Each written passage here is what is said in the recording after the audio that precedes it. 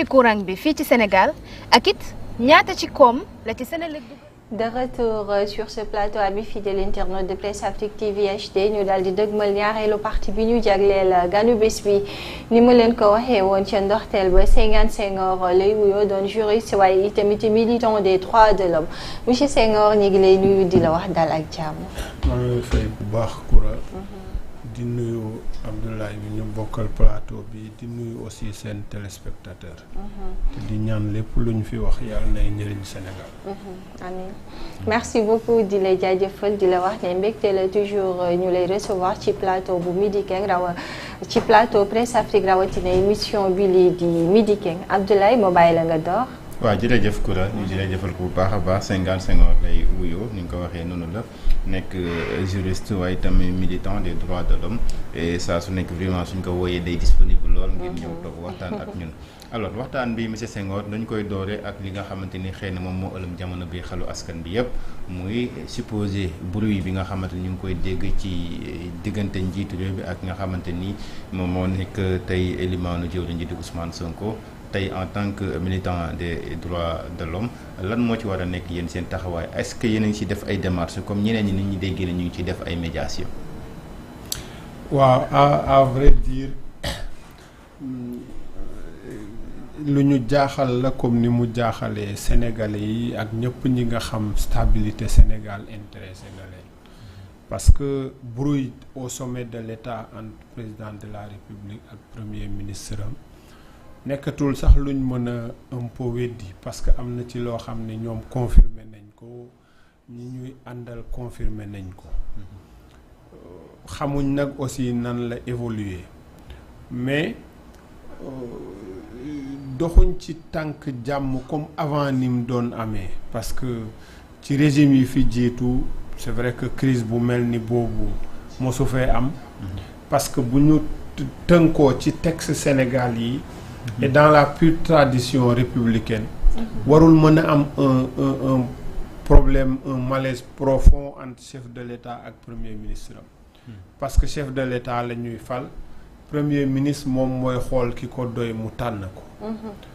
buñ demee nag ba mu am difficulté bi ñu tëkkaw résoudre président mel ni mënul jël yenn décision yi loolu lu fiy door a am la lu tax aussi ñun ñu tey ci mooy d'abord deux choses fondamentalement bu njëkk bi mooy bari nañu ciy wax mënuñ la wax exactement ñoom lii lañ jote ay bride lañ ci am ay écho dégg yenn yi mais kenn ci ñoom ñaar assumé gul wax nit ñi ne lii ak lii ak lii mooy suñ problème ñaareel bi dafa baax ci médiation toujours mu am soit ñaari parti yi woo la ou bien benn ci parti yi au moins wóolu la parce que boo ñëwee dugal ci sa bopp ñun en tout cas suñuy règle li liggéey du loolu parce que man par exemple damay wax toujours nit ñi ne même dossiers yi ñuy intervenir yeneen yi sax ay dossiers yu am problème justice sénégalais yu am difficulté ñoom ñoo ñuy saisir ñu door ci dugg mais doo jóge fee rek ñëw dugg parce que boo dugalee sa bopp ci dossier jàmbur doo am benn poids bi nga war a am na information yoo xam mën nga ko laaj mu bañ am na document yoo ko mën a laaj mu bañ or bu fekkee moom moo la woo pour nga ñëw dugg ci day gën a yomb parce que di nga ko ne pour ma liggéey ci lii ak lii ak lii mooy condition yi loolu mooy ñetteel bi nag mooy ñun waa Pastef on pa xam nañ leen pratiquer nañ leen un peu bi ñuy opposé wu c'est pas des gens si ouverts dama leen di wax depuis l'opposition bi ñu ñëw au pouvoir que seen défaut principal mooy vous êtes suffisant da ngeen doyloo seen bopp bi mu ëpp ñaareel bi yéen jàpp ngeen ne yéen lépp mënal ngeen ko seen bopp man loolu laa jàng ci ñoom ci opposition ba fii parce que am na plage yu ma doon taseeg ñoom muy cadre yi F24 yeeg yooyu am yoo xam ne échangé nañ ko mais loolu laa mos a jàng ci ñoom moom lañ continuer ba yegg si fii maintenant nag boo melee noonu boo amee jafe-jafe sa biir boo xam ne ñi ci biir mënuñ ko régler dafay yomb mu gaaw a complexifié wu parce que en temps da doon wax mu ne problème ñi ko créer seen bopp bi mu lëj du ñoom ñoo koy lijjanti ñeneen ñooy jóge ci biti ñëw lijjanti ko et je pense que fi ñu toll nii ñoom soxla nañ loolu d'accord monsieur Senghor sànq yéen a ngi wax ne xamagoo leen sax lan moo leen jotee moo tax mënagul leen sori ci mbir mi médiation mënagul am mais tey bu fekkente ne dañu toll benn situation boo xamante ne naam xamaguñu lu leen jotee mais gis nañ benn élément boo xam ne jàpp nañ ne bu fekkee féewaloo dafa am fa la jugee wala maire dafa am fa lañ ko constaté muy une coalition alors dans l'ordre ci li nga xamante ne rek moom moo waroon jaar yoon ndax tey une coalition vraiment waroon na mën a andi féewaloo ba ñuy naan le président et son premier ministre ne parlent plus le même langage. Koura liy dëgg mooy li ñuy wax goutte d'eau bi déborder le vase bi. mooy peut-être coalition bi dafa déborder le vase bi mais à la vérité. ñoom seeni problème dañoo yàgg. xëy na dégg naa ñu ci tooñ madame Aïda Mbodj madame Aminata Touré ñoo ñëpp ay pour man ay alibi la dañ leen di tooñ.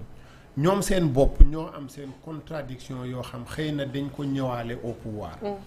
xawma boo leen di déglu bu baax ak képp ku leen di topp gis nga au moins ne bi ñu nekkee pouvoir ak léegi yomb na lool président de la république ak premier ministre waroo ci kàddu kii wax lii keneen ki ñëw wax contraire bi or loolu warul am parce que texte bi bu ne kii mooy définir politique bi yow yaa chargé wu nga appliquer politique bi yéen ñaar am na ci koo xam ne même bu amee lu ko neexul dafa war a teer li ko neexul pour appliquer li keneen ki wax bu mënul nekk mu jël ay bagages am mu dem mais fii du loolu lañ gis mooy premier ministre ak président de la république et man depuis le début bi ma leen njëkkee déglu j'ai dit à certains que pour moi divergence de fond lañ am juboowuñ sax ci fondamentaux yi bu ngeen dégloo président de la république ba mu faloo premier discours bi mu def le 3 avril 2024 maa ngi woon ci seen ay confrères di ko fa commenter il avait beaucoup insisté sur la paix jàmm dañ ma jox réew moo xam ne dafa divisé wu en deux et que xam naa ne sama mission mooy ma rapprocher leen mais de l'autre côté liñ koy rétorquer toujours et ba léegi loolu moo am mooy non balaa ñuy mën a wax jàmm il faut ñu wax justice. Or ñaar yi mën nañoo ànd. muy premier problème bi am seen diggante. Deuxième problème bi am seen diggante c'est boo seetloo premier ministre toujours buy wax day xëcc jëm ci Pastef moom parteem lay gën a wax. Or président état bi lay gën a wax loolu bu amee c'est parce que kii benn entité la jàpp ne peut-être moom la war a gën a def accent keneen ki comprendre ne man réew lañ ma jox et loolu seen divergence la da ngay dégg toujours militant Pastef yi di wax ne oui président de la république dafa war di ñëw ci ndaje Pastef yi dafa war a reconnaître autorité Ousmane Sonko bu ñëwee ci Pastef. Or il y a deux choses Pastef lu mu mënti rëy doole bu mu mënti am association privée la. exact mën na nekk comme nekkam mën na ñàkk. mënoon nañ dem ba Pastef ñu tegee ko de côté comme niñ mën a tegee de côté bépp organisation bu fi nekk muy société civile. sama bos ak bu keneen ak parti politique. mais l'état du Sénégal mënul ñàkk. mais xam nga monsieur Senghor xam nga wax nga léegi ne source de problème bi xëy na mën nañu jàpp ne peut-être élément déclencheur bi mooy lu soxal wàllum coalition bi. mais ñëpp nangu nañ ne am nañu loo xamante ni d'accord nañ ko ñoom ñaar ci ay principes. rawatina lu soxal wàllum li ñuy tuddee les martyrs.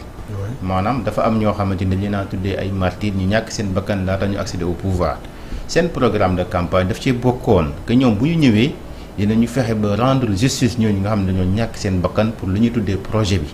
et depuis lors bi ñu ñëwee toog ba léegi amul ay actes yoo xamante ni posé nañ ko ci parce que loi d'amnistie bi lañ doon wax mais loi d'amnistie bi ñëpp xam nañ ni crime de sang yi bokkul ci. alors est-ce que le président de la république réconciliation bi comme ni nga ko waxee mooy premier discours à la nation mu wax na lu bëree bëri ci réconciliation est-ce que mën nañu wax tey réconciliation sans pour autant ñu rendre justice ñi nga xamante ni dañoo ñàkk seen bakkan ñii nga xam ne dañ leen a amputé ci li nga xam ne moo nekkoon combat yi nga xam ne amoon de 2021 à 2024.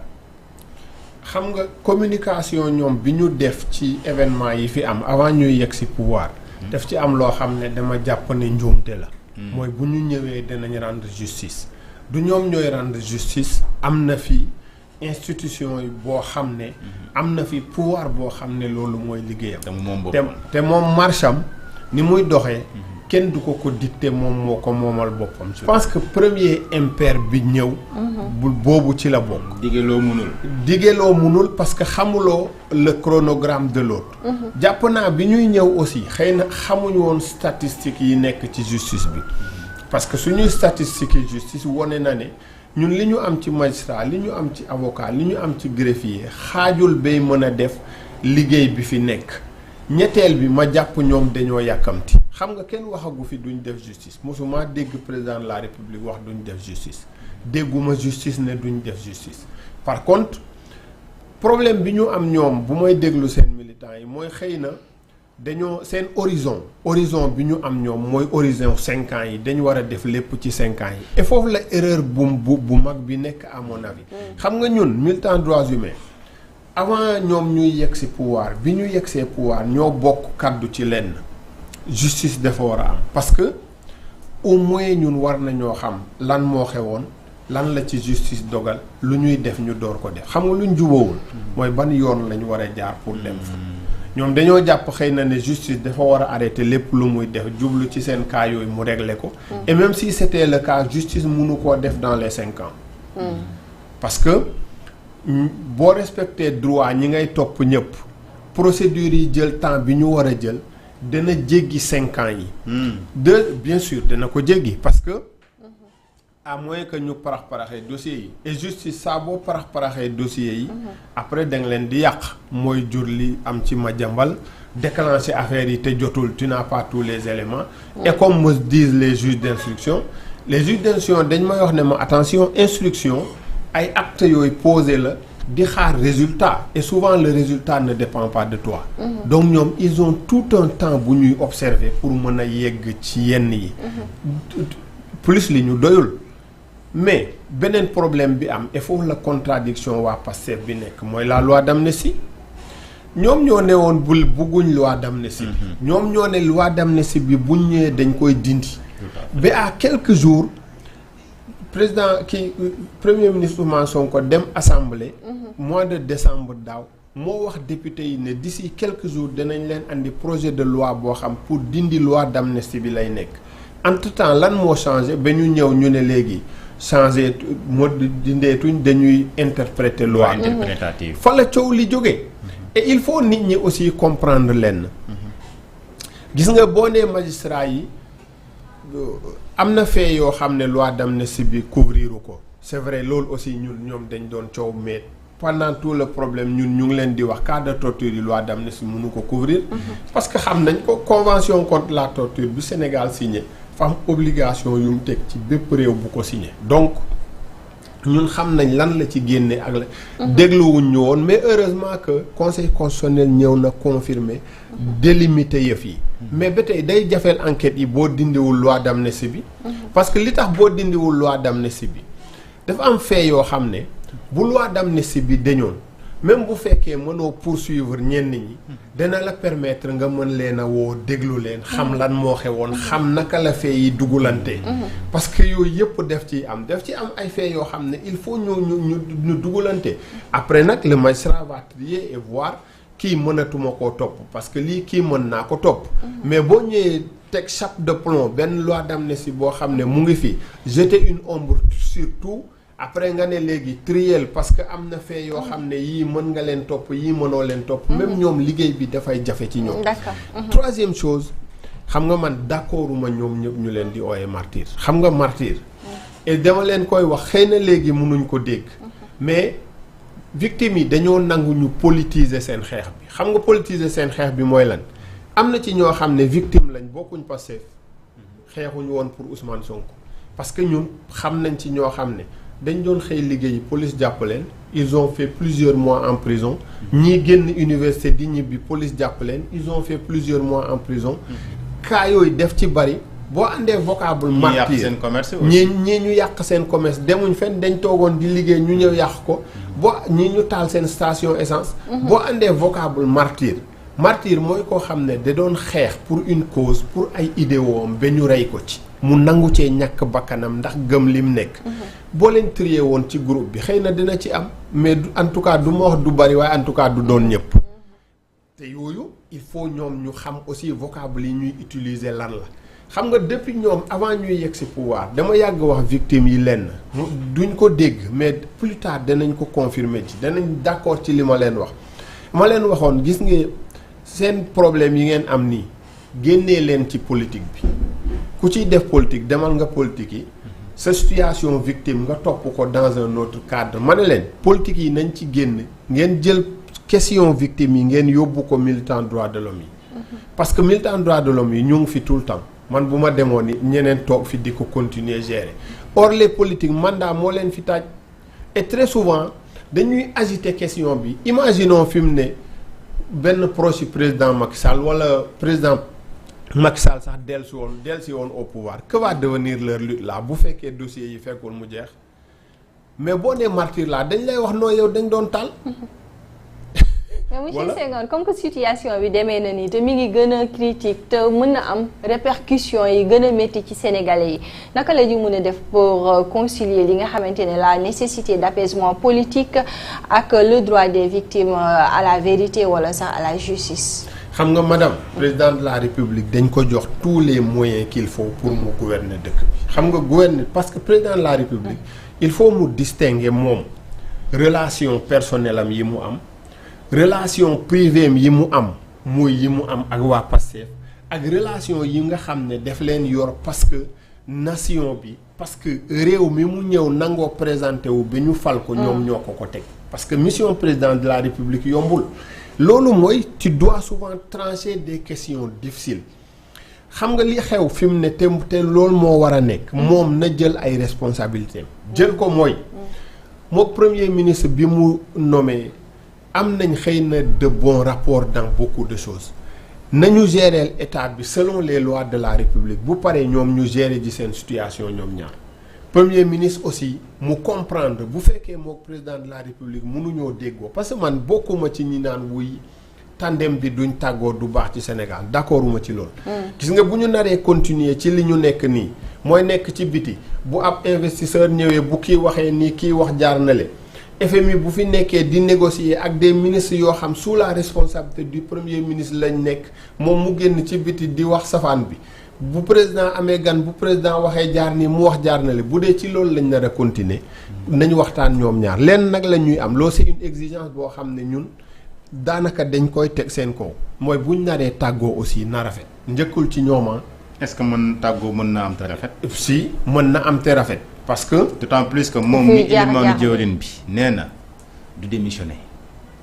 buñ ko xanaa ñu daax ko te buñ ko daaxee mu dellu assemblée nationale te ñun ñëpp nangu nañ ne Ousmane Sonko c'est quelqu'un boo xamante ni et bu àndula yow daf lay opposé te bu la naree opposé ñu farak moom gis nga leen déjà ces derniers temps ak sorties violentes yi nga xam ne ñu ngi koy def di acharné wu contre le président de la République nit ñi sax dem nañ bay xotti ay photo mu ngi demee noonu est-ce que taxale ko mën naa am te rafet. de toute façon xaw ma ndax mën na am te rafet mais buy am dafa war a rafet xam nga li tax xam nga finalité def politique lan la pour avancer loo sa askan. exactement mooy finalité bi bu fekkee askan yow dañoo nekk ci xeex 2021 ba 2024 ñu am quelques mois d'accalmie yoo xam ne quelques mois yooyu l'économie du pays montewul mais dafay wàcc. des divergences yu am entre ñaari nit waru ñoo yóbbuwaat ci problème yoo xam ne dafay gën a wàccee suñu économie parce que in fine après suba même moom bu jotoon ci pouvoir moom premier ministre day fekk un état en ruine boo xam ne du ko mën a relever donc dafay am foo xam ne boo fa yeggee yow yaay invoquer un peu sa maturité sa bëgg réew parce que un citoyen un patriote comme eux ils le disent du ci appellation dafa am comportement boo xam boo fa yeggee comportement bi ngay am bu patriote da ngay invoquer sa patriotisme nga nangu ne lii kat naa muñ naa def nii parce que moo gën ci Sénégal moo gën ci Sénégalais yi ba ñu yegg tel dur parce que ñi fi nekkoon te tàggoo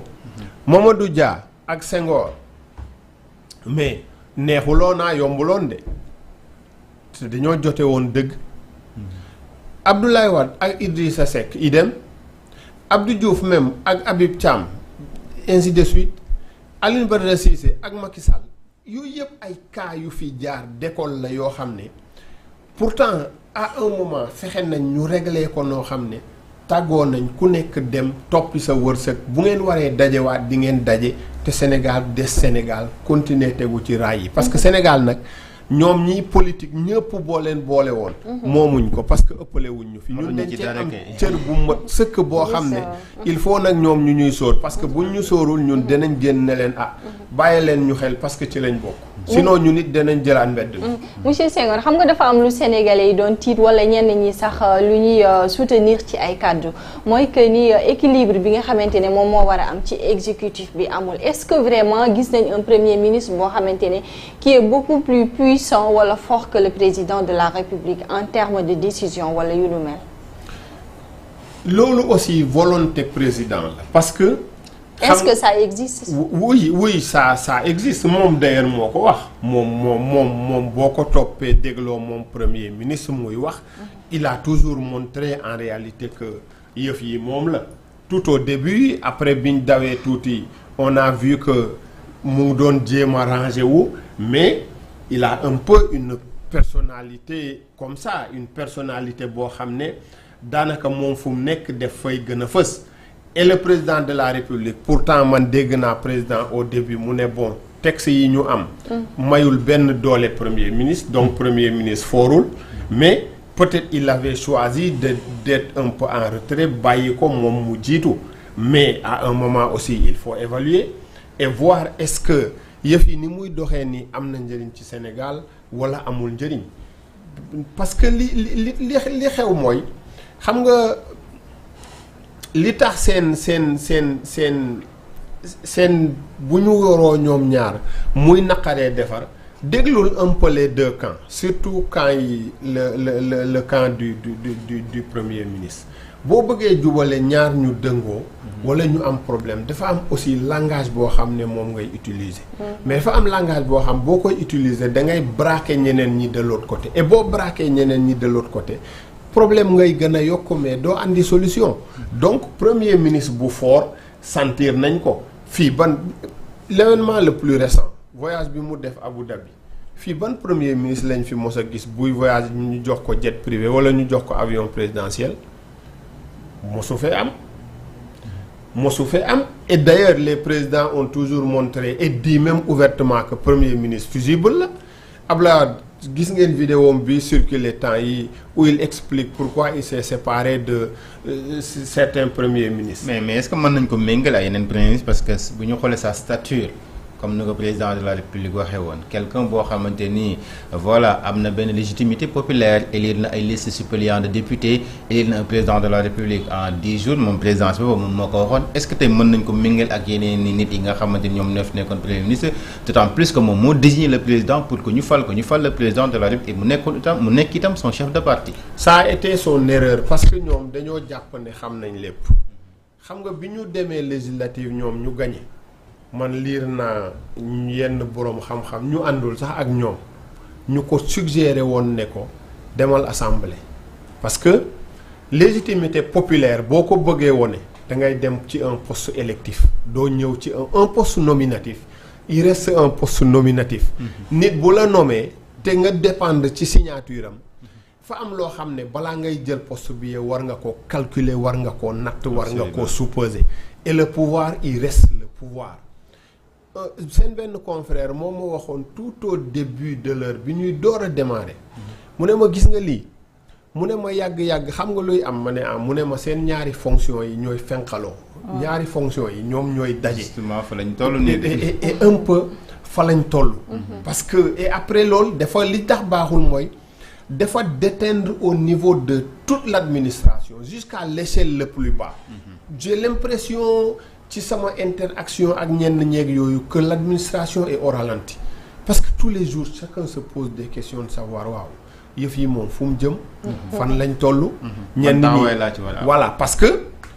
beaucoup calculent que quand le premier ministre part imaginez ñaata nit ñoo ci mën a ñàkk seen poste donc c'est toute l'architecture ñoom lañ nekk di yëngal te loolu warul yàgg parce que nag dëkk bi aussi ñoom moomuñ ko donc président de la République na xool li muy def et ñu trouver une solution à ça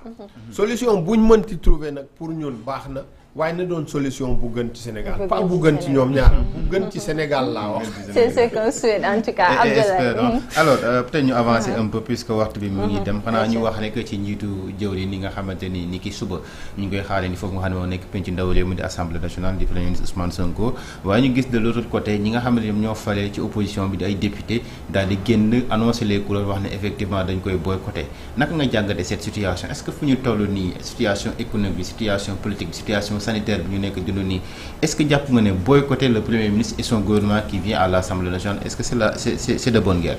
En fait le gouvernement institution la.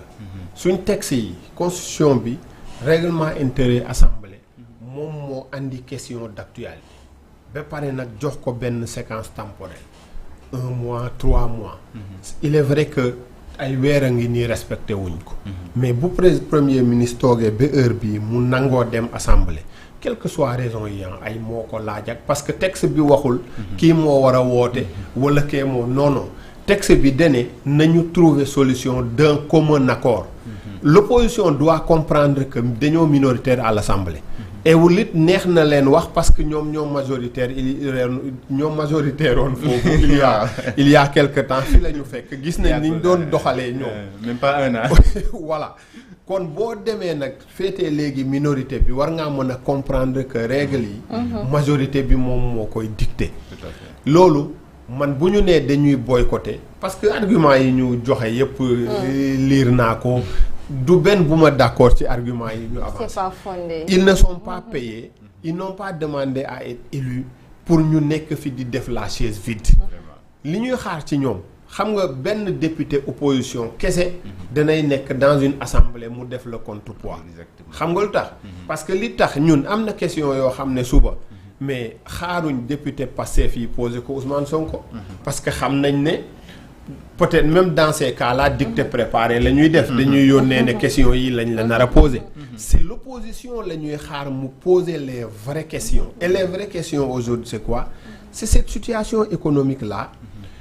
on n'entend ni le ministre de l'économie ni le ministre des finances depuis longtemps ñuy dugg di dem di ñëw di négocier ak FMI y a que le FMI qui parle or FMI ay intérêt lay défendre or FMI diplomatie la ñuy waxee nous on a besoin de savoir am lisibilité ci fan lañ jëm les économistes les analystes nous annoncent des pages très sombres pour l'avenir et donnent même des orientations en disant pour nous il faut aller dans tel sens pendant tout ce temps-là suñ gouvernement bi kenn déggu ko ci fenn bu subaa bu ñu demee waa Pastef posé wuñ question boobu mais les députés de l'opposition ils auront tort on s'interroge parce que premier ministre tukki na fii il y a 2 ou 3 jours dem Abu Dhabi ñu ne wuy jet privé la yóbbu il n'y a aucune communication nii ba muy dem nii bi mu ñëwee ci tukki bi même dans le communiqué du conseil des ministres gisuma ñu wax ci c'est le moment de lui poser la question ñu xam ndax privé la voyagé woon wala suñ tour la voyagé woon bu dee loolu lan la uti woon ak lan la andi plein d'autres questions beaucoup de questions yaa ngi wax feebar bi mais depuis très longtemps le ministre de la santé on l'a pas entendu mu def ci aussi communication or période feebar yu mel noonu dafa laaj ñuy def des communications au moins par semaine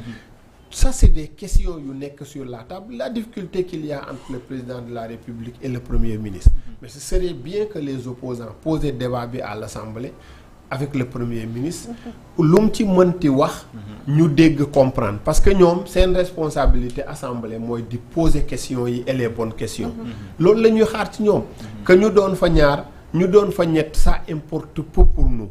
temps bi ñu am lu mu xat-xat nañ xool li ci xej ñu def ko ci ñu xam ne ñii kat ñu ngi def seen liggéey parce que assemblée bi mu mel ni mu mel nii volonté sénégalais yi la dañoo dem élection ñu def raz de marée jox leen plus de députés même qu'ils n'avaient besoin pour ñu fonctionner loo assemblée bi et le danger il est là le danger c'est que l'opposition dans ce cas-là dafay nekk dans beaucoup de difficultés et on vit cette situation donc en aucun cas mënuñu fragiliser wala ñu affaiblir l'institution parlementaire leur boycott parce que ñu ngi ci seen ñaareelu yoon mooy seen boycott bi non boycott bi mënul affaiblir parce que boycott bi mooy da ngay bàyyee premier ministre tout un boulevard mu ñëw def communication. Tout à fait. parce que il va faire une communication boo xam ne du am ku ko contredire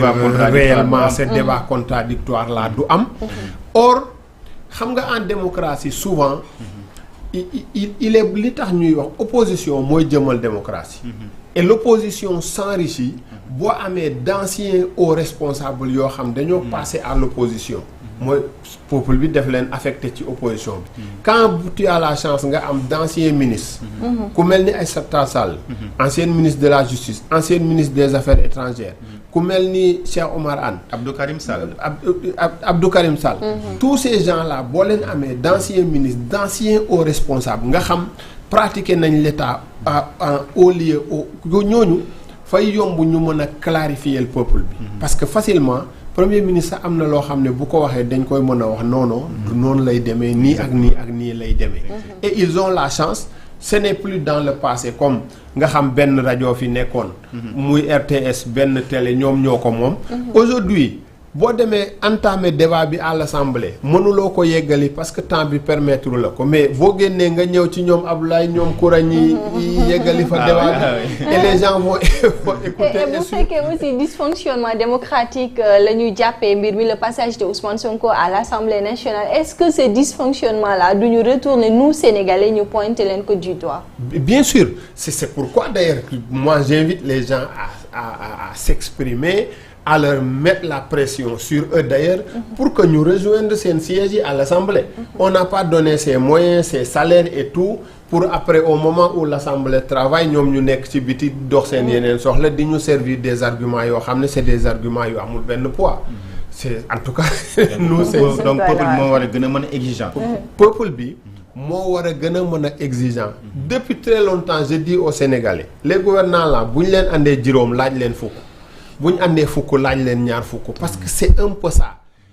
il est bon ku nekk fi mu toog di fàttali ne maa ngi fi samay besoin lii la loolu mooy tax guddi ak bëccëg ñu xam ne ci liggéey sénégalais yi lañ war a nekk loolu aussi nos députés war nañ ko xam d'autant plus que beaucoup disent que du ñu liggéey suffisamment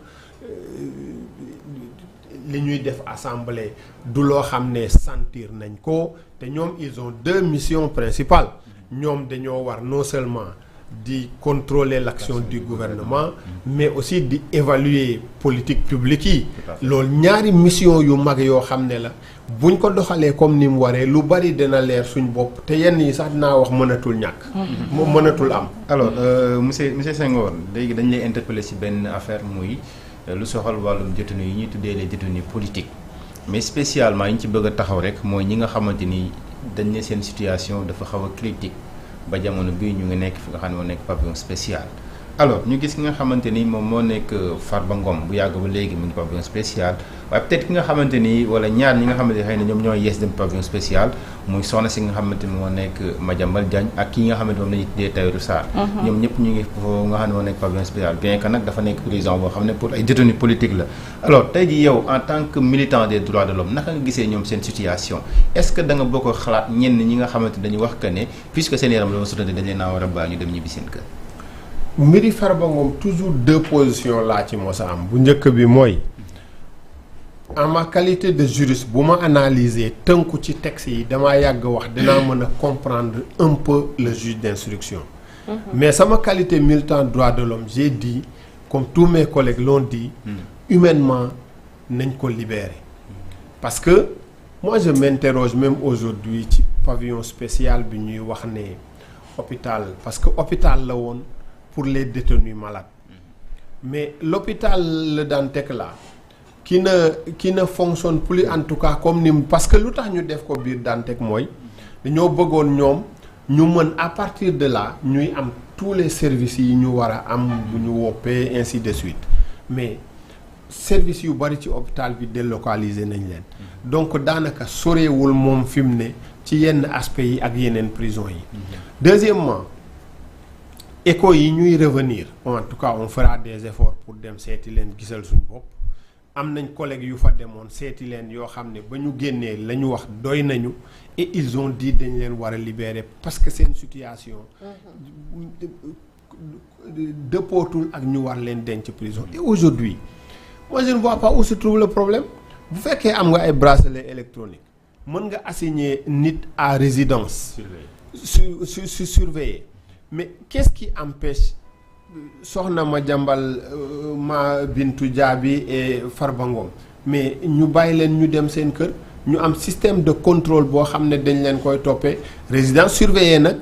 il faut que aussi état bi un peu du lu juge d'instruction bi kese moom mën a doxal bu ko état bi nanguwul day xaw a jafe et j'ai l'impression que au vu de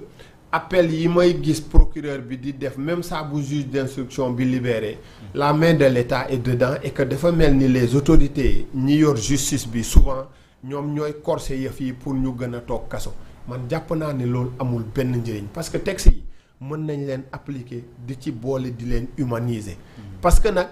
c'est tout le problème d'ailleurs de nos hommes politiques ce qu'ils ont dénoncé hier bu ñu ñëwee au pouvoir souvent mën nañoo def pire parce que madame Yacine Fall mii elle a amené ici bi xeex bi méttee Pastef moo doon dem di def campagne bi à l'extérieur di expliquer un peu comment le régime du président Macky Sall se comporte andi na fi ay délégation yu jóge en Afrique de l'Est yoo xam ne ñun ñii recevoir nañ leen ñu am ak ñoom waxtaan yu yaatu ci ni justice bi doon doxeel ni normalul nga xam ne war na gën a ñëw dans le sens de respecter les droits humains donc je ne la vois pas à la tête de ce département là te domaine boobu du ci mën a def ay efforts parce que ñaar rekk la liberté d'aller et de venir moom lañ am droit tere leen buñ nekkee kaso mais ku feebar nga am possibilité tracer ko par un bracelet électronique am possibilité yóbbu ko këram yóbbul ko ñu koy garder ba xam ñan ñooy dugg ak ñan ñooy génn loolu compliqué wul. mais est-ce que boobu fekkente ni def nañ loolu ñàkk a tollale du am parce que am na fi ñoo xamante ni ay détenus lañ seen yaram sutante te ñu ngi ci kaso gi am na si ñoo xam ne ñu ngi pavillon spécial amuñu tur amuñu ku leen waxal duñu ay politiciens et ñooñu pourtant kenn du wax seen ay wax dañ leen di bàyyi ci kaso gi mais ñi nga xam dañoo am tur tout le temps bu leen yóbboo kaso rek. xaw ma dañuy ciblé feebar ou je sais pas day dégg dem nañ pavillon spécial automatiquement ngi dégg militant droit de l'homme yi opposants yi di wax nañ ko libéré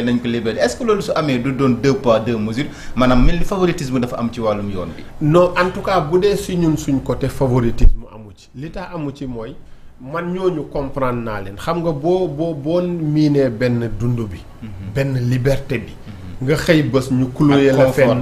benn confort bi ñu clouer la fenn ne mënoo fi jóge psychologiquement rek doo tenir et boo tenirul psychologiquement pendant longtemps mais baisse de forme dafay am après mu yóbbu la ci ay maladies xam nga ñun defuñ ci xejj ak seen ñëpp lañ ci yemale mais à condition ñu am information yi xam nga ñun mënuñoo xëy dem pavillon spécial di xool détenu bu nekk lan mooy sa problème wax naa la au début que ñun en général dañ ñuy saisir nañu dossier bii lii ak lii wala sama mbokk mi lii ak lii ñi ngay wax noonu bu ñu seeni mbokk saisiré te ñu nekk ci situation yooyu ñu vérifier ko muy lu nekk danañ wax exactement li ñu nekk di waxal Farba Ngom parce que xam nga ku nekk biir prison feebar ba yegg benn niveau bi kooku amalul justice benn njëriñ day sonal sax agent administration pénitentiaire parce que même enquête mënoo ko cee yóbbu loo koy dencee doyee ku am na fu muy toll yóbbul ko ak jox ko ay mbokkam ñu faj ko sax ba mu wér dëgër mën laa tontu mooy gën nga delloosi ko c'est loolu la amuñ ci xàjj ak seen bu ñuy def parce que amaluñu benn njëriñ pour ñun ñoom ñëpp ñoo yem.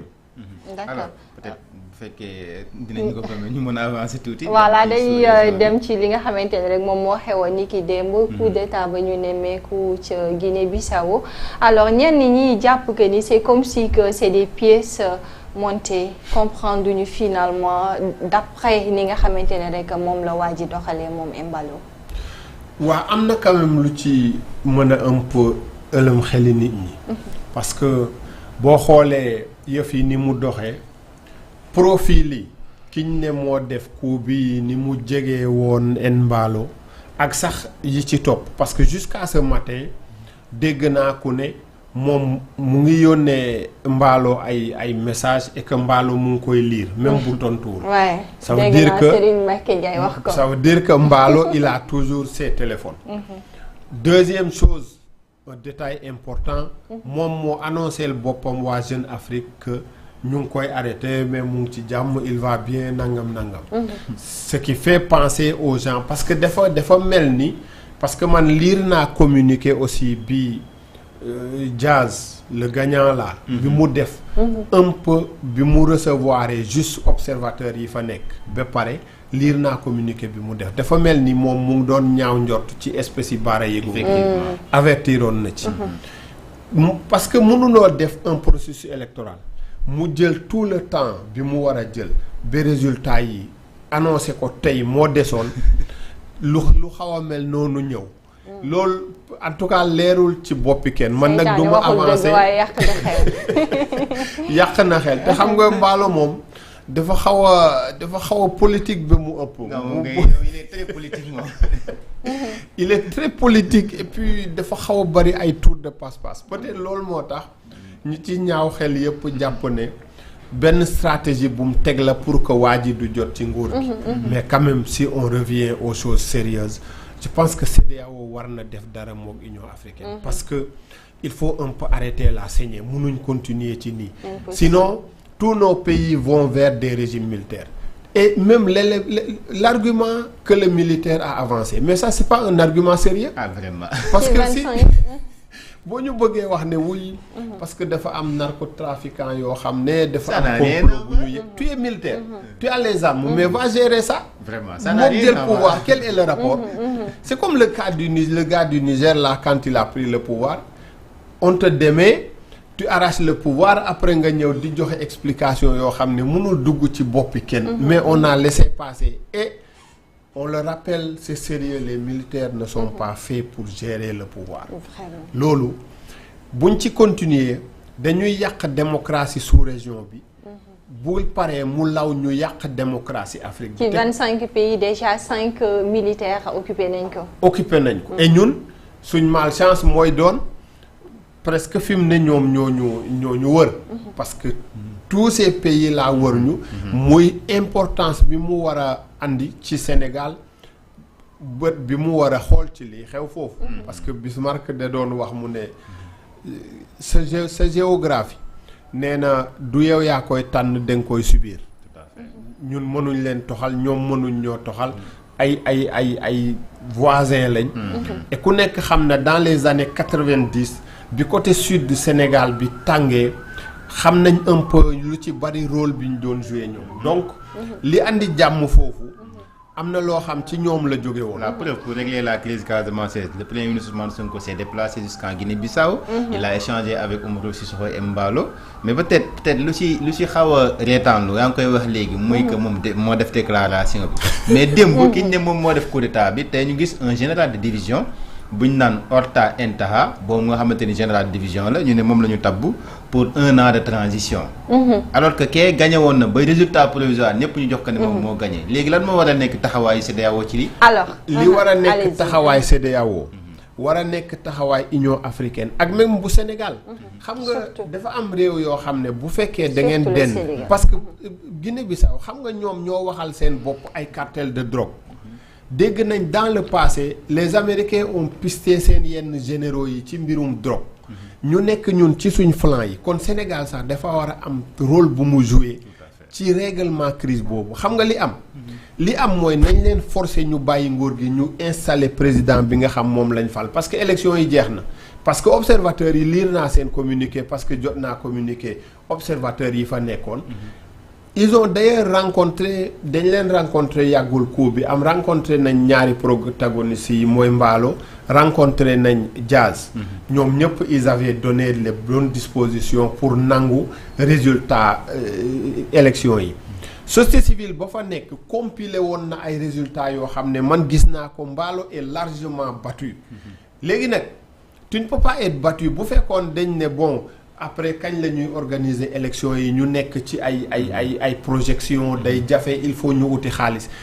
cas bi am Guinée amagul fenn parce que dañoo génn ci élection yoo xam ne on a tous les éléments candidat bi gagné mu ngi fii ki perte na résultat élection yi ñu ngi fii observateur yaa nga fa agum jógee gu ñu fa nañu def pression militaire yi ñu bàyyi nguur gi ñu ñëw installer président bi gagné ñu doxal c'est aussi simple que parce que bu ñu leen bàyyee dans un an bi ñuy wax noonu on ne sait pas bu ñu installé woo kañ lañ fay jóge waa ji Guinée ngi nii ba muy ñëw dane woon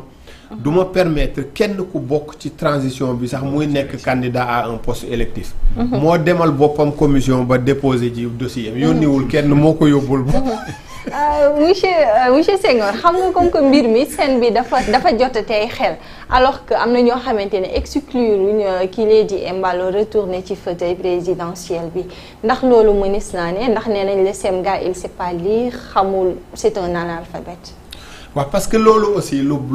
xeetoo Guinée Bissau la xam nga Guinée Bissau suñ collègues yi fa yàgg dem di liggéey ci élection dañ may wax ne ma Guinée Bissau ngay gis général boo xam ne COP la am wala amul sax COP mais dafay exiger ne lépp lu ñuy wax mbaa ñu koy def lu am solo ci dëkk bi moom ci ñiy teew la war a bokk boo waxee ñu mu ne la argument mooy moom combattant la woon ci guerre de libération bi donc yooyu ñoom miin nañ ko xam nañ ko un peu Mballo tout le monde sait que bëggul joxe nguur gi ku bëgg nguur la d'ailleurs il avait annoncé que oui du nekk candidat ensuite il est revenu il avait simulé un coup d'état ba tas assemblée bi depuis 2023 donc Mballo moom man mënuma ko waatal dara bépp dérive moom def na ko mënuma ko waatal dara bien que nag Mballo presque ñun ci ñun la bokk parce que mënatuñ ko génne un peu ci Sénégal je rappelle que séjourné na fii lu yàgg bi président Macky Sall di ut nguur et que certains même disent que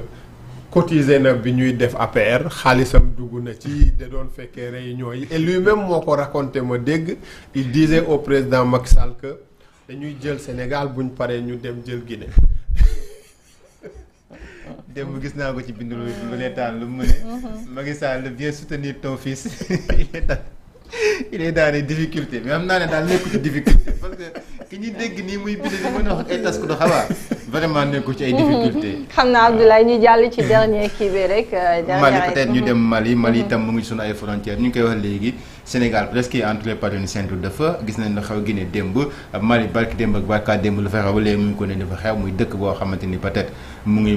menacé wu ne mën naa am mu mujjee ci loxo ñi nga xam ñoo nekk jihadistes yi mais depuis loolu gisuñu CEDEAO ak Union africaine daal di si am ab taxawaay wala ci dégg leen suñu def ay communiqué boo xamante ni gaa pour permettre ñi nga xam ñoo nekk jihadistes ñu xaw a daw ñu gis que ne njiitu réew bu Sénégal taboon nañ ko fi mu nekk médiateur entre AES ak ñi nga xam ñoo ñu nekk CEDEAO mais ñu tamit ba tey dégguñ ko si mu wax. alors lan moo war a nekk tey dëggantaan taxawaayu Sénégal d'autant plus que sur le plan économique Mali am na lu bëree bëri loo xamante ni Sénégal mu ngi koy jëriñ wala Sénégal mu ngi ci bénéficié wu ci Mali. xam nga position Sénégal ci Mali dafay xaw a jafe wax nga ko président taboon nañ ko médiateur mais médiation boobu sax li tax muy jafe mooy ñoom dañoo foqar ñi nguur bugguñ ko joxe. hors CEDEAO démocratie lay wax. loolu mooy barrière infranchissable bi parce que argument yi ñuy joxe yëpp. argument bëgg a yor nguur gi la argument yi ñu utilisé woon pour jël nguur valable la preuve ils ont encore plus perdu de terrain bi ñuy jël nguur gi que maintenant parce que li des fi mu ne mooy lan mooy djihadistes yi asphyxier leen créer un soulèvement à l'interne après jaxasoo am comme dit un de leurs anciens ministres bu nekk je crois en Côte d'Ivoire que dans le désordre tout peut arriver parce que désordre la leen djihadistes yi bëgg a imposer bu fekkoon ñoom génnuñu woon CEDEAO parce que logique bëgg a téye nguur gi moo tax ñu génn CEDEAO populisme bu fekkoon génnuñ CEDEAO Sénégal doon na mën a dem dans une force ak CEDEAO ñu xool nu ñuy def ba dimbale leen parce que situation bu complexe la boo xam ne daf ñuy menacer mais dafay menacer aussi les autres États parce que djihadistes yooyu seen doole dafay gën di law dafay gën di yokku ci sous-région bi et tout le monde laisse faire au début on les entendait fële au nord Algérie s'est débrouillée moom ba tëj foofu ba dàq leen ñu jóge fa wala en tout cas ñu sori ci biir Mali ñuy progresser di jël ba mën a dagg fi mu ne yoon bi relier Sénégal ak Bamako ak yoon bi relier Côte d'Ivoire ak Bamako parce que loolu moo tax ñu mën leen asphyxier parce que aujourd'hui bu Sénégal duggee noonu ci guerre bi dama xamul fan la koy teg ba yóbbu fa ay militaire un peu dem xeexle ji leen te fi mu ne li mën a régler problème bi xeex la kese leneen mënu ko régler li ko mën régler mooy may Mali doole dimbale ko et ils ont commis l'erreur ñu dàq français yi dàq Barkhane génn CEDEAO donc ils ont créé des conditions yoo xam ne daanaka ñoom cundug ñoo ci des ak seen supplétif Wagner yooyu Russie yónnee woon leen nga xam ne xaalis lañ gën di ut booy déglu analyse yi que défendre intérêt Mali parce que réew ay doomam ñoo koy défendre loolu logique bu ñëpp xam la depuis l'histoire parce que lim leen di jaral du ko jaral ñeneen ñi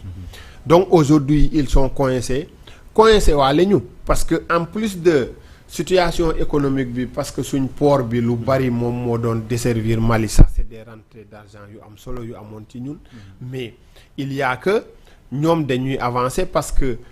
le Mali et le Sénégal benn frontière la boo xam ne les peuples de part et d'autre ay mbokk lañ même nous ne sommes pas un peu à l'abri donc li Sénégal war a def peut-être mooy fexe convaincre CEDEAO te ñoom aussi parce que boo demee ba daanu moo des ñu xool nu ñuy def ba libérer nguur gi koo xam ne mën na négocier ñëw mën a jël nguur gi parce que Goïta ni ma gisee il ne négocie pas peut-être day xaar ba le dernier coup de sémence ñëw te loolu du am solo parce que même biir Mali sax man suivre naa fa ñoo xam ne ils disent régulièrement que nañu waxtaan toll nañ foo xam ne il faut ñu waxtaan ñu seet des solutions mais ci seen conditions yi nag mooy junte bi dafa war a jóg tant que junte ba mu ngi fa. loolu la imam Dicko ak ñu ànd ak moom di prôné. waaw ak intellectuels yu mel ni ñoom Etienne Fakaba tous ces gens là ñoom loolu mooy seen ligne. mais apparemment le pouvoir ne veut pas l'entendre dégg naa fan yi nag ils ont reçu un peu de carburant boo xam ne je crois une bonne partie Niger la jógeeg yooyu ça permet de souffler mais nit réew boo demee ba nekk à sec ci carburant après dafay compliquer la suite. Merci beaucoup monsieur Senghor.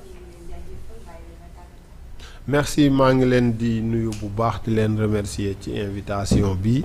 di rafetlu aussi seen liggéey parce que yéen ñu am solo ci dispositif bi ngeen bu ñuy wax démocratie mënul dëgër mënul taxaw bu fekkee presse amul presse bu dëgër mooy expliquer démocratie bu dëgër et ñun li ñuy def di ko liggéey sans yéen nit ñi duñ ci jot duñ ko dégg vraiment di leen encourager xam nañ ne les temps sont durs et difficiles pour tout le monde mais nous vous encourageons à bien tenir métier journalisme mooy métier bu jafe mais conviction lañ koy defee j'ai suivi temps yële benn des journalistes italiens mooy ñiy topp Camorra bi nga xam ne am na ci ñoo xam ne dañ leen menacer de mort bi mënatuñoo vivre benn place te ñoo obligé police di leen garder tout le temps ñuy bouger tout le temps mais ils disent on reste journaliste on va continuer à faire le travail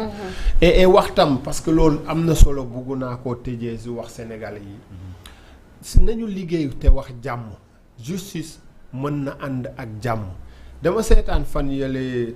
France 24 dafa invité woon Souleymane Bachir Diagne suñ compatriote boobu nga xam ne c'est l'un des plus grands de ce monde actuellement ñi nekk di dund fépp fu ñuy citer boroom xam-xam citer ko biñ ko nee ci émission bi ban image nga bëgg ñu won la parce que loolu mooy principe émission bi da ngay tànn image bu symbolique buñ la woon Souleymane a choisi mu ne nañ ko woon image yi Nelson Mandela bi muy génn prison bi muy door a génn prison après de longues années d'incarcération bi ñu ko wonee il a commenté et il a insisté sur yëg-yëg gi Mandela amoon ba après toutes ces souffrances là mu mën a jéggale pour mën a rapprocher le peuple sud-africain ba mën a tabax nation bu continuer bu dem